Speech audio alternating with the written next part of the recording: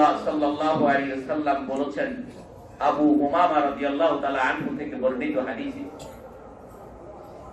কিলা লিরাসূলিল্লাহি সাল্লাল্লাহু আলাইহি ওয়াসাল্লাম আইয়ু দুআই আসমা। রাসূলুল্লাহ সাল্লাল্লাহু আলাইহি ওয়াসাল্লামের কাছে জিজ্ঞাসা করা হলো যে কোন দোয়াটা বেশি শোনা হয় আল্লাহর কাছে, বেশি শোনে, সবচেয়ে বেশি শোনে মানে কি সবচেয়ে বেশি কবুল করে আল্লাহ, কোন দোয়াটা?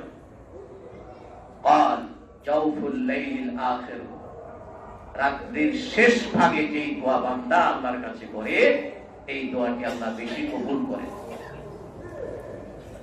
আর ওই সময় তো সুখ নিদ্রা হয়, ঠিক না?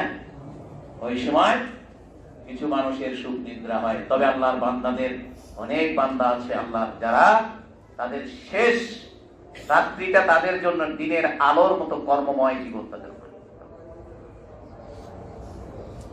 কর্মময় জীবন, তাদের জীবন্ত টাইম সেটা তাদের জন্য। এই হলো একটি।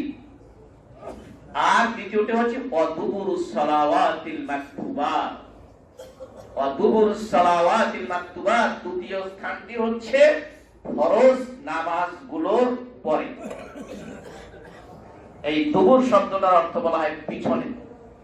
আমরা এই জন্য মানুষের পিছন সাইডটা, যেটাকে আমরা পাপ করবেন পাতা বলি, যেটাকে এটার আরবি হচ্ছে কি দুবুর।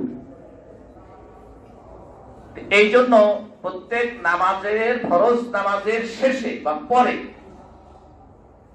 এইখানে চিন্তার দিক থেকে ক্লিয়ার। শেষে বলতে কি নামাজের সালাম ফেরানোর আগে সর্বশেষে, নাকি জামাই সালাম ফেরানোর পরে? কোনটি? ওলামা ইকরাম দুটোই বলে। এই জন্য নামাজের শেষ বৈঠকে যখন আপনি আত-তাহিয়াতু এবং দরুদ ইব্রাহিম পড়ার পরে যখন দোয়া মাসুরাগুলো পড়ছি, ওইখানেও আপনি দোয়া করলে সেটাও দোয়া কবুলের জায়গা।